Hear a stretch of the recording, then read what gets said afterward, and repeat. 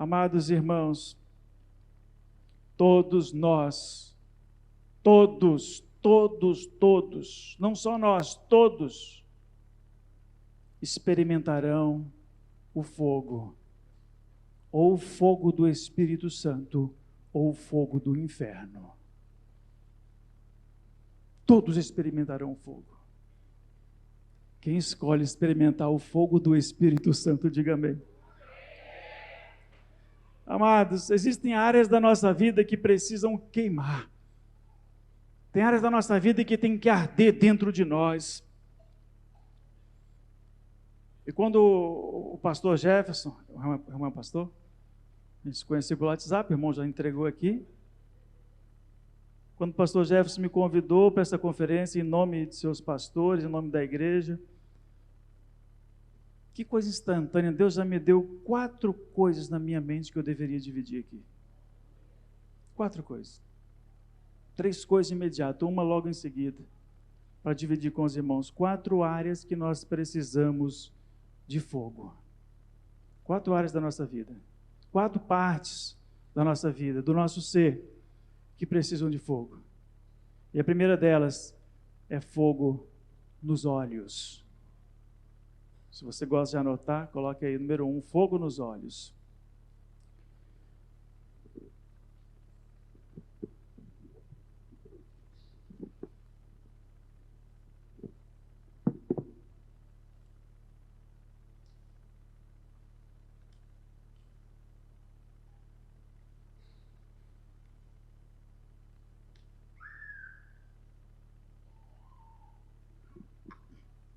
Fogo nos olhos.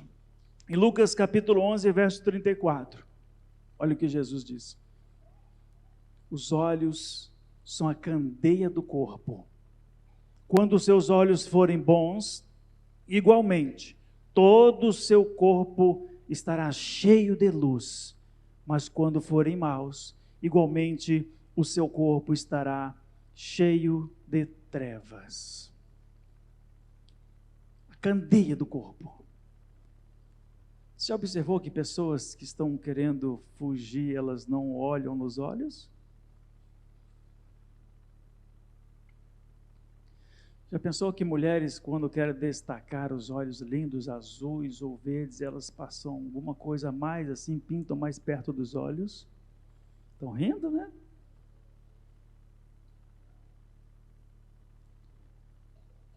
Se os olhos forem bons, igualmente todo o seu corpo estará cheio de luz. Existem entradas da nossa vida. Os olhos são uma entrada. Mas quando eu leio Apocalipse, capítulo 1 e verso 14, logo no primeiro capítulo de Apocalipse, quando João está recebendo aquelas revelações e visões extraordinárias, e ele começa a descrever como era o Senhor, aquele que ele estava vendo, ele diz assim, dentre tantas características, ele diz no verso 14, a sua cabeça e os seus cabelos eram brancos como a lã, tão brancos quanto a neve, e seus olhos eram como chamas de fogo. Naturalmente que ele acreditou que ele ia morrer naquela hora. Como ver o Senhor com as chamas de fogo e acreditar que vai continuar vivo? Ele achou que ele ia morrer. Aliás, existem experiências que temos com Deus que elas são tão extraordinárias que nós achamos que vamos morrer naquele momento. Seus olhos eram como chamas de fogo. E aí no verso 17 ele narra, quando o vi, caí aos teus pés como morto. Então ele colocou sua mão direita sobre mim e disse, não tenha medo, eu sou o primeiro e o último. Olhos de fogo. Essa cabeça nossa, cheia de mídias e coisas na cabeça, eu leio um texto igual esse, eu me lembrei, me perdoe aqui, talvez não me chamem mais para voltar aqui por causa disso, mas eu vou dizer, eu lembrei daquele filme, aquele filmezinho que a gente proíbe nossos filhos de ver, mas existe tanto meme a respeito dele, daquele batatinha frita, 1, 2, 3. Sabe quando aquela pessoa olha assim, ó, aquele que estiver mexendo, aquele que se mover enquanto ela olha, ela faz o quê? É morto.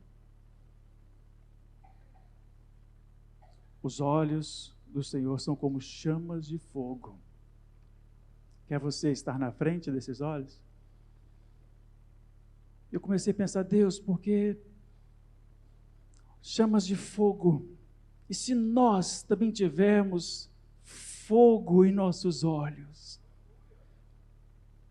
para a gente poder olhar coisas e purificá-las, e santificá-las, olhar para um irmão mais enfraquecido, incendiá-lo com esse fogo, porque a própria palavra diz que ele não apagará o pavio que fumega, não despedaçará, não destruirá a cana quebrada.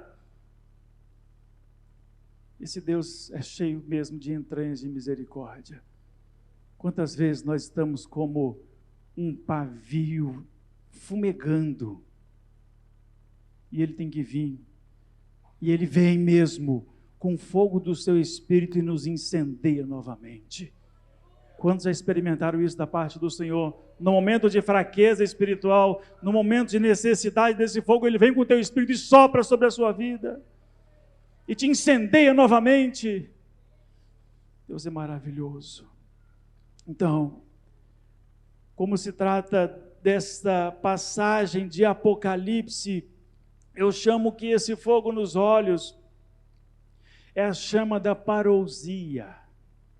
Parousia é um termo que já foi esquecido, que já não se fala mais, mas parousia é aquele desejo ardente pela volta do Senhor Jesus. A gente estuda isso no seminário, sai dali e nunca mais se ouve falar a esse respeito. A volta do Senhor Jesus, não só a volta, mas aquele desejo que todo crente tem que ter, acreditando que ele vai voltar imediatamente. Eu lembro quando eu era guri, e meus pais tinham uma coleção gigante de LPs da família Davis, Quarteto Davis.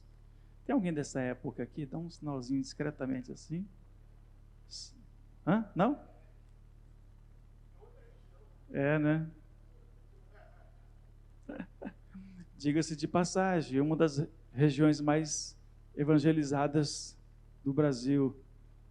Aliás, esse foi um dos motivos que eu entendi que o Senhor nos poderia achar úteis aqui. O estado do Espírito Santo tem uma igreja batista a cada 5.000 habitantes. O Rio de Janeiro, muito semelhante. O Rio Grande do Sul é o último da lista. Uma igreja batista para cada 50.000 habitantes. Talvez por isso não conheçam uma família tão popular lá no Sudeste, família Davis, que já deve estar na 4ª ou 5ª geração de cantores, de quartetos, de corais. Mas eu li algo escrito no LP, na capa desse LP. E assim dizia a frase. Eu devia ter 7 anos, 8 anos, aprendendo a ler. E estava escrito: vivamos o dia de hoje como se Cristo voltasse amanhã. Mais de 30 anos eu li isso. Falei, meu Deus, isso é forte. Vivamos o dia de hoje como se Cristo voltasse amanhã. Isso é parousia. É viver uma vida livre. Livre, não no sentido que esse mundo coloca, livre no sentido de que não devo nada a ninguém, estou só esperando pela volta do Messias. Cadê esse sentimento no meio da igreja? Isso tem que queimar dentro de nós. E quem tem o coração ardendo, tem anseio pela volta do Senhor Jesus. Não há nenhuma outra prioridade para Ele. Fogo nos olhos. A segunda coisa que o Senhor ministrou a mim para que eu falasse para os irmãos nesta tarde é fogo nos lábios. Fogo nos lábios. E agora eu me remeto àquela passagem incrível de Isaías, no capítulo 6, quando ele tem um encontro com o Senhor o chama para ser um profeta para as nações.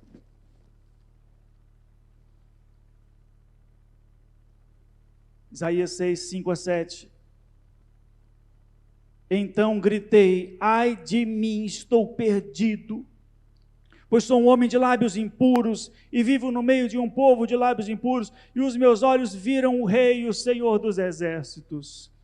Então um dos serafins voou até mim, trazendo uma brasa viva, que havia tirado do altar com uma tenaz.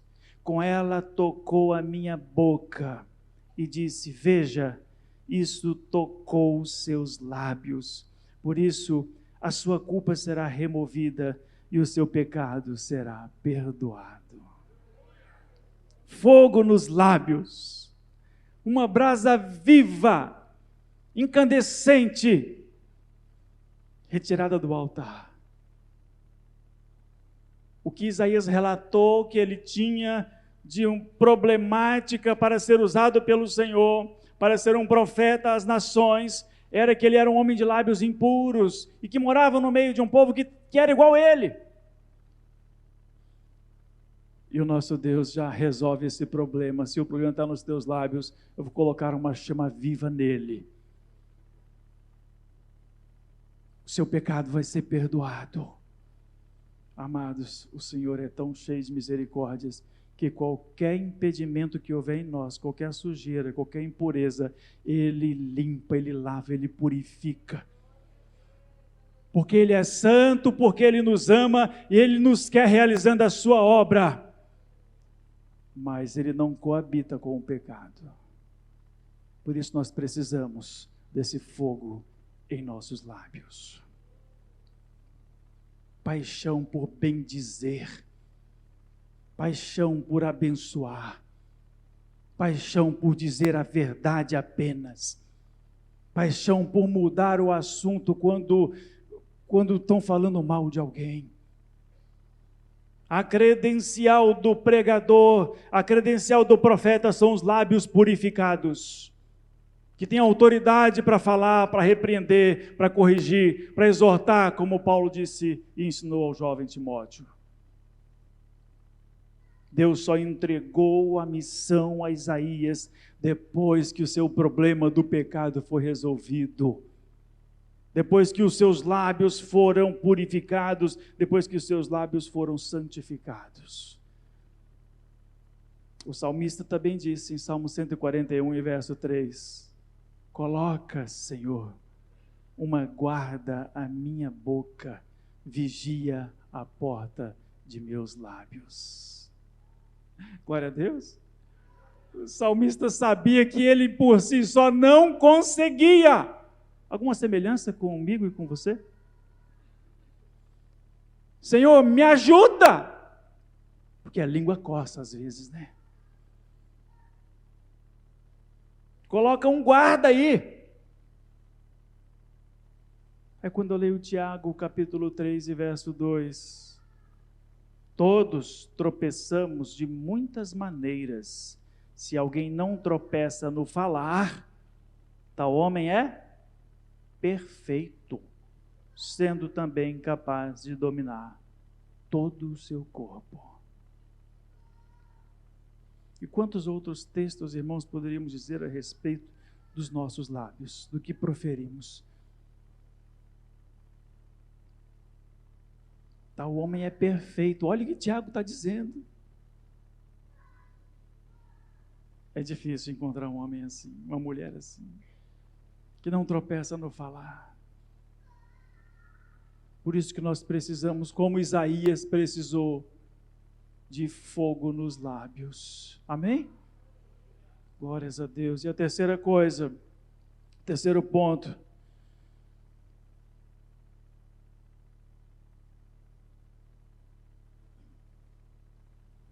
Fogo na cabeça. Que coisa esquisita é essa, né? Ninguém falou amém, porque coisa louca, né?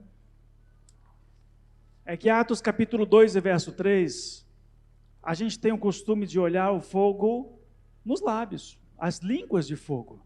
Mas o texto diz que e viram que parecia línguas de fogo, que se separaram e pousaram sobre cada um deles. Amém? Sobre o quê? Sobre a cabeça deles. Na versão NBV, Nova Bíblia Viva, diz: então viu-se algo parecido como línguas de fogo, que pousaram sobre a cabeça de cada um deles. O fogo que saía das línguas de fogo se separaram e pousaram sobre suas cabeças. Aqueles 120 homens que estavam ali no cenáculo, na expectativa do derramamento do Espírito Santo, como sucedeu. Eu recordo, quando a minha filhinha tinha 4 anos, a Isa, ela ganhou uma Bíblia ilustrada, porque ela não sabia ler, mas ela interpretava as figuras e entendia a Bíblia. E ali em Atos 2, a figura, a imagem, a fotografia, o desenho que ilustrava Atos 2, eram homens muito alegres, barbudinhos assim, como costumam figurar os discípulos de Jesus, e eles tinham uma chama de fogo aqui na cabeça. Essa era a figura. E ela me perguntou: papai, a cabeça dele está pegando fogo, papai. Eu falei: sim, minha filha, porque a chama da língua de fogo se dividiu e pousou sobre as cabeças deles. Essa é a chama missionária, meus irmãos. Essa é a chama missionária. Dentre tantas compreensões a respeito do que sucedeu em Atos 2, as línguas de fogo foi um desbloqueio. Dentre tantas coisas que podemos interpretar. Não havia mais divisas, não havia mais limites para a pregação do Evangelho. É tanto que o texto fala a respeito de, se não me falha a memória, 14 nações ali representadas. E agora a comunicação estava livre entre eles. No entanto, aquela chama que estava sobre suas cabeças apontavam que eles eram aquilo que o Senhor Jesus disse que eles seriam: testemunhas. Testemunhas. E ser-me-eis testemunhas.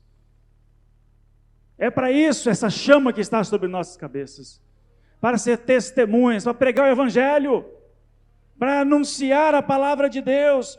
Esses 120 homens receberam fogo nos lábios, depois tiveram fogo sobre as cabeças, e eles saíram e anunciaram o Evangelho por toda parte por onde eles foram. Não tinha mais limite, não tinha mais divisa, não tinha mais fronteira para a pregação do Evangelho. Os 11, com mais um que substituiu Judas, ainda ficaram, não foram no mundo inteiro. Aí Deus teve que levantar Paulo, Deus teve que levantar Saulo, que fosse pregar aos gentios, os quais eles ainda não tinham revelação para isso, ou coragem, não sei o quê. Porque agora não havia mais limite, o mundo inteiro agora precisa ouvir o Evangelho. O Evangelho tinha que ser pregado por toda parte, por causa dessa chama que haviam sobre suas cabeças. Amados irmãos, quando eu leio Atos capítulo 4, ou seja, um pouquinho depois de Pentecostes, o apóstolo Tiago havia sido morto ao fio da espada. Pedro estava preso, e provavelmente ele morreria no dia seguinte. A igreja estava fazendo o quê enquanto isso? Orando, essa é a nossa arma. Orando, e de repente, ele aparece lá no meio da oração, ele foi liberto. O Senhor enviou o seu anjo e o livrou da cadeia. E Lucas 4, e o verso 31, vai dizer assim: depois de orarem, tremeu o lugar em que estavam reunidos, todos ficaram cheios do Espírito Santo e anunciavam corajosamente a palavra de Deus. É o Espírito Santo que dá coragem para pregarmos o Evangelho. Você tem essa chama sobre a sua cabeça? Somos como velas ambulantes nesse mundo. Por onde vamos, nós levamos a chama do Espírito de Deus. Você se recorda de Moisés, quando ele foi receber as tábuas da lei no monte? E ele desceu daquele monte, e o texto diz que Moisés não sabia que o seu rosto resplandecia por ter conversado com o Senhor. O seu rosto resplandecia não por um acessório novo que ele passou a usar agora, mas porque ele mantinha contato com aquele que é fogo. E o seu rosto resplandecia, as pessoas viravam o rosto. Moisés, não, Moisés, esconde esse rosto, Moisés. E ele tinha que colocar um véu para que aquilo não assustasse as pessoas, tamanho o resplendor do fogo, da glória de Deus na sua vida. Glórias a Deus. Esse é o fogo na cabeça. E agora, para encerrar, se o ministério de louvor for tocar, enquanto a gente vai orar no final, já pode se posicionar. Quarto e último ponto é fogo no coração. Amém? A pastora Fátima anotou os 4 pontos? Estou te vendo, bem aplicada, com o caderninho na mão. Minha esposa também faz isso, fica ali anotando tudo. Aí depois ela prega para mim quando chegar em casa. Fogo no coração. Fogo no coração. Corações ardentes. E o texto que o Senhor me trouxe à memória, nesse ponto, foi Lucas 24. Você se recorda daqueles 2 discípulos ali no caminho de Emaús? Emaús ficava distante a 11 quilômetros de Jerusalém. O texto diz que Jesus disse: permaneçam aonde? Permaneçam aonde? Em Jerusalém, até que do alto vocês sejam revestidos de poder, para ser minhas testemunhas em Jerusalém, Judeia e Samaria, até os confins da terra. E aqueles homens estavam fazendo um caminho contrário, estavam indo para Emaús. Jesus havia ressuscitado. Eles não acreditaram, ficaram frustrados, acreditaram naquela mentira de que o corpo dele havia sido roubado. Acabou, tudo acabado, sem esperança. O que fazer agora? Dedicamos 3 anos da nossa vida a ele, e agora não temos mais o que fazer da nossa vida. De quem vamos ganhar um cargo comissionado agora? E acontece que esses homens estavam frustrados, não sabiam mais o que fazer da vida, porque o vosso mestre havia morrido. Em outras palavras, eles haviam perdido todo o tempo da vida deles atrás de um impostor na mente deles. Enquanto eles caminham e vão discutindo e vão conversando, quem que aparece? Jesus. Jesus aparece e começa a conversar com eles. É sobre o que vocês estão falando? Será que você é o único homem aqui que você não sabe o que está acontecendo? O nosso mestre morreu, ele foi sepultado e agora nem está mais na sepultura. E Jesus começou a ensiná-los. E Jesus começou a corrigi-los com amor, com sua voz mansa. E o texto de Lucas 24 e verso 27 diz assim: e começando por Moisés e todos os profetas, explicou-lhes o que constava a respeito dele em todas as Escrituras. Amados irmãos, quando você lê esse texto, você pensa o quê? Mas Jesus tinha que ter muita paciência com esses homens que andou com ele, né? iguais a que tem comigo, igual a paciência que tem que ter com você também. A mesma paciência. E que bom que Ele tem essa paciência, essa bondade e essa misericórdia para conosco. Ele mandou que caminhássemos 1 milha, então Ele caminha conosco 10, 20 se for preciso. Os padrões dele são muito maiores. Aí ele começa a ensinar aqueles 2 homens que haviam cortado a amizade com ele, perdido a esperança nele. Começou a falar de Moisés, os profetas. Olha, o Messias tinha que vir, ele tinha que morrer, ele disse que ia ressuscitar. E assim foi, não sei quanto tempo foi, talvez o percurso de 11 quilômetros, dá para conversar muita coisa, pelo menos 2 horas de conversa, irmãos, pelo menos 2 horas.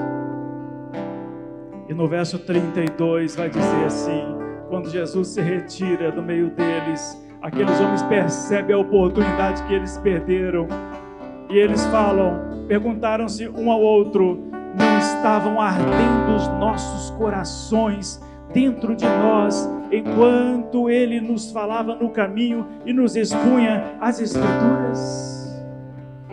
Irmãos, o arder no coração, ele vem através da leitura, do estudo minucioso da Palavra de Deus. Jesus estava falando de Moisés, dos profetas e de tudo que acontecia, e aquilo ardeu no coração daqueles homens. Mas quando os olhos deles abrem, já era tarde.